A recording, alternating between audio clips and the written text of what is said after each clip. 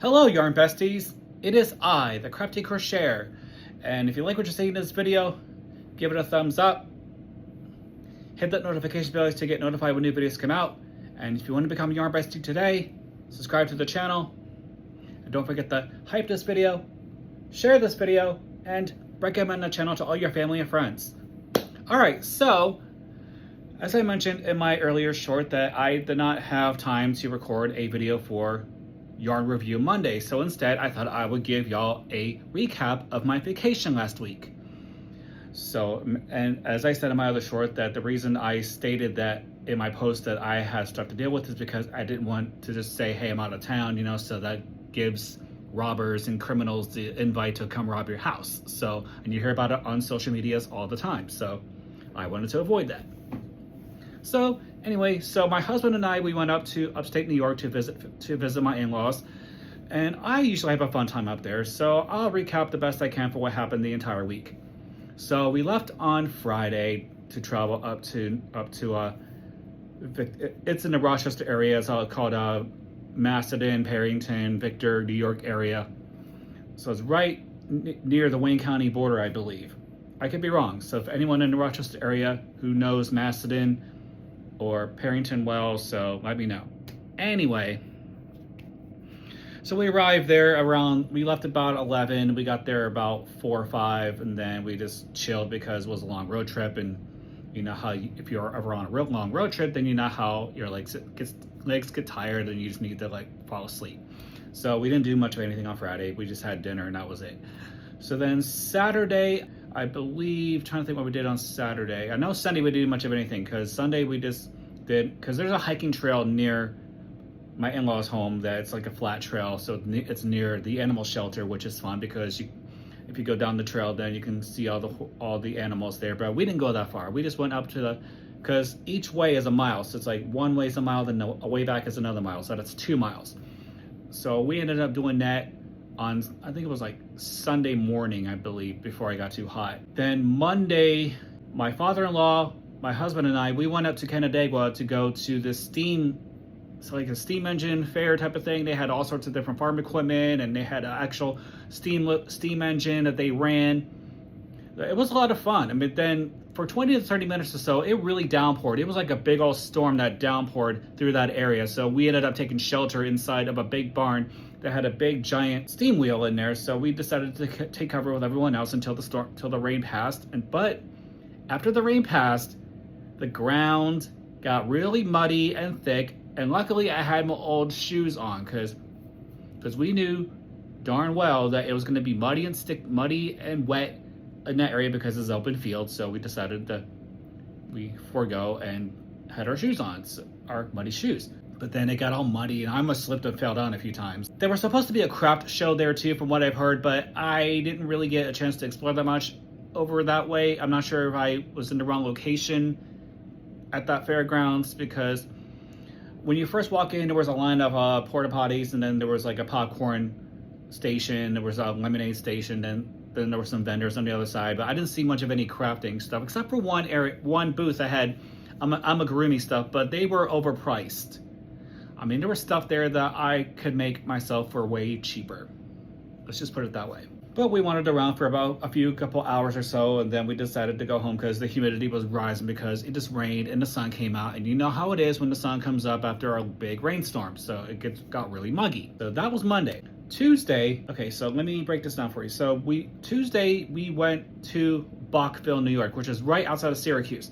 And every year from mid-August, they have a big old flea market, antique type of show, which we frequent every year.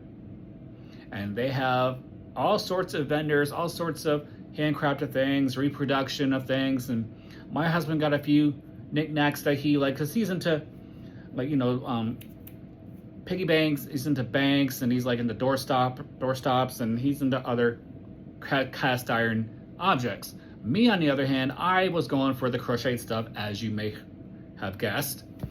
And I did procure a couple things for our 2-day Bouckville adventure. But I will show that in the yarn haul this coming Friday. Like I said, I may break it down into a couple videos because the haul was rather huge.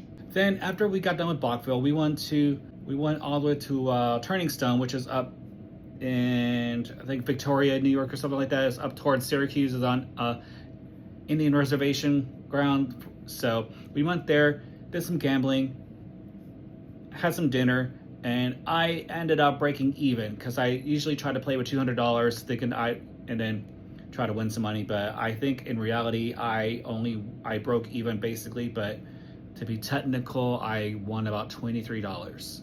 So it wasn't a big win, but it was still a win nonetheless. We stayed the night at the hotel, which is a really nice hotel. So if you ever get out that way to Turning Stone, I highly recommend going there at least once in your life. They have a lot of good restaurants there. They have a nice bakery called Opal's.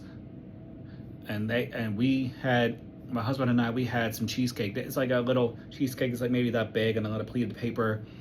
It was $10 a piece for those, but they were good. Oh my God, they were so freaking good. Like I had the raspberry and he had the plain, but his looked better because I had like the chocolate shavings on there. Mine just had basically a standard cheesecake base and then whipped cream and then raspberry drizzle on top. So I was kind of disappointed in the quality of raspberries in that. So lesson learned. Then on Wednesday, we had breakfast at the diner in the casino hotel, and then we left for Bouckville again. But on the other side, because if you go to if you're not familiar with how Bouckville is set up, the downhill is a lot of vendors down the way, and it's on two sides of the street, two sides of the road. So you got to cross over to the other side of the road to get to more of the vendors. But uphill, there was more vendors as well, which we never been to before. So we decided let's on our way back from the hotel, let's go to the other side of Bouckville and wander around. And so basically for the 2 days of Bouckville, we had to have walked at least a good 3 to 4 miles on top of the 6 miles total that we walked that trail near my in-laws' house. So we basically walked almost a half marathon, if you think about it. But again, from Bouckville, it's a really fun time. If you've never been, I suggest you'd go there at least once in your life. And if you're not familiar, I'll put the name of the city in there so that way you know how to spell it. But I'll spell it out for you. So Bouckville, Bouckville, New York. It's outside of Syracuse.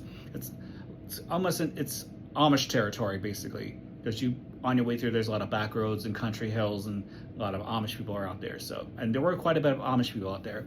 But that was Wednesday. So then Wednesday we traveled back to my in-laws' house, and then we just crashed because we were so tired from the trip. Then Thursday night, I believe, Thursday night was, I'm trying to think, it was some sort of event for my niece-in-law or because my niece-in-law is into horses, and she's been into horses since she was 10. And she's 15 now, so she's been doing the equestrian arts for at least 5 years, and she has a real passion for it. So I'm proud of her for that. Because a lot of kids, they find a passion, they say, I'm going to do it for about a month or so to not do it anymore. But no, she stuck with it for at least 5 years, and I don't think she's going to wane from that.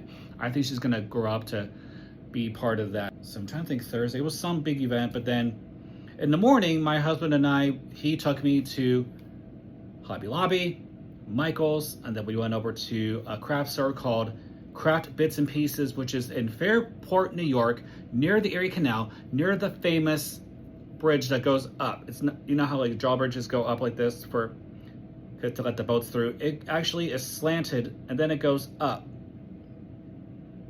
And I think it was featured in Ripley's Believe It or Not.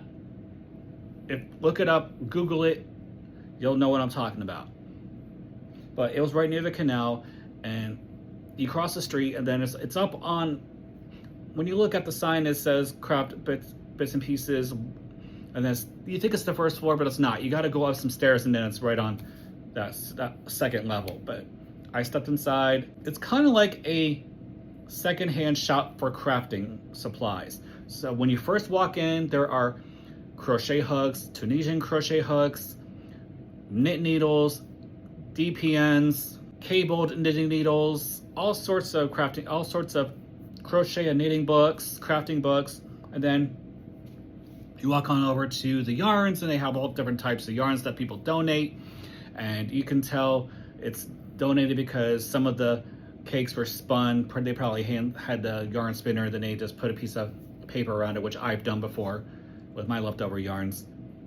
And they were good prices. I mean, there was one yarn in there that I got, it was like $10, but it was wool from New Zealand, which I will showcase on my yarn haul video. Then we went down to the ice cream shop called, it's like Moonlight Creamery. We've been there several times. They have really good ice cream. So I highly recommend going there if you're in the mood for ice cream within walking distance of the craft store.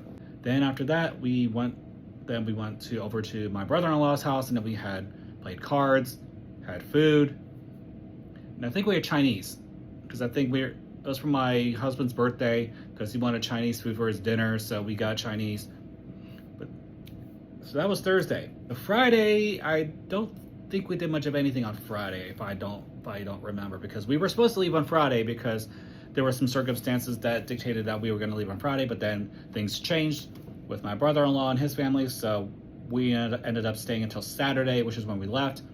And then Saturday we just came home, we crashed, we were tired. So, but yeah, I am going to showcase all of my yarns that I've gotten over my vacation, and probably I might break it down into several different parts because, again, it was a huge haul. And I did mention in my short that I made a post of this too, that I'm making a blanket for my mother-in-law. So how that came about was she got the kit from Mary Maxim. It is for the Cut Under Pressure blanket by Crystal from Bag of Day Crochet. Now she got the kit from Mary Maxim, and she got the skeins of yarn, which I have in my possession, and I have the first skein and the second skein on my table over here, and I did showcase my progress on it so far. So we're supposed to go back there next month for another event, which I will not discuss in case the person who it's for is watching this. So anyway, so right, I am on, of the pattern for the blanket, I am on round 17. Let's just leave it at that. It's a big blanket.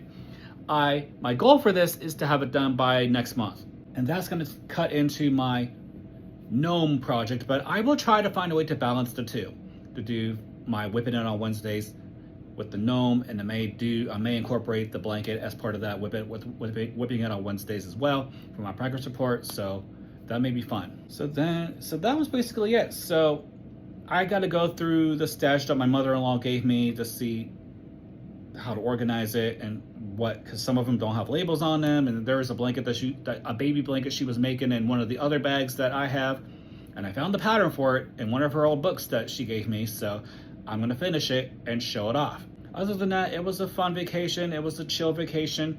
A lot of walking. Well, luckily it did not rain the entire time, because originally the forecast called for rain for that region the entire week. It only rained maybe twice. Once on Monday when we were in Canandaigua, and it rained like crazy. It downpoured, like the skies opened up and it was like monsoon season. And then it was on the way back, it was on Wednesday night, or when we were coming back from Bouckville, is when it started sprinkling. It didn't downpour as much, but it rained though. I'm going to put the links to all the places in the description below so you can see for yourselves. If you've never been, I urge you to go at least once in your life. It's a lot of fun. All right, so that's my recap for last week, and I hope to get on track again with my video posting schedule, because I am thinking about next week I'm going to start my Learn to Crochet in 50 Squares course, to where I show everyone how to crochet through granny squares. So that's gonna be a lot of fun. So I gotta sit down and plan everything out. So maybe next week would be the first episode of that series. So stay tuned. If you like what you saw in this video, give it a thumbs up. Hit that notification bell so you get notified when new videos come out. And if you haven't already, become a Yarn Bestie and subscribe to the channel. This is the Crafty Crocheter. Thank you for watching. Happy crafting.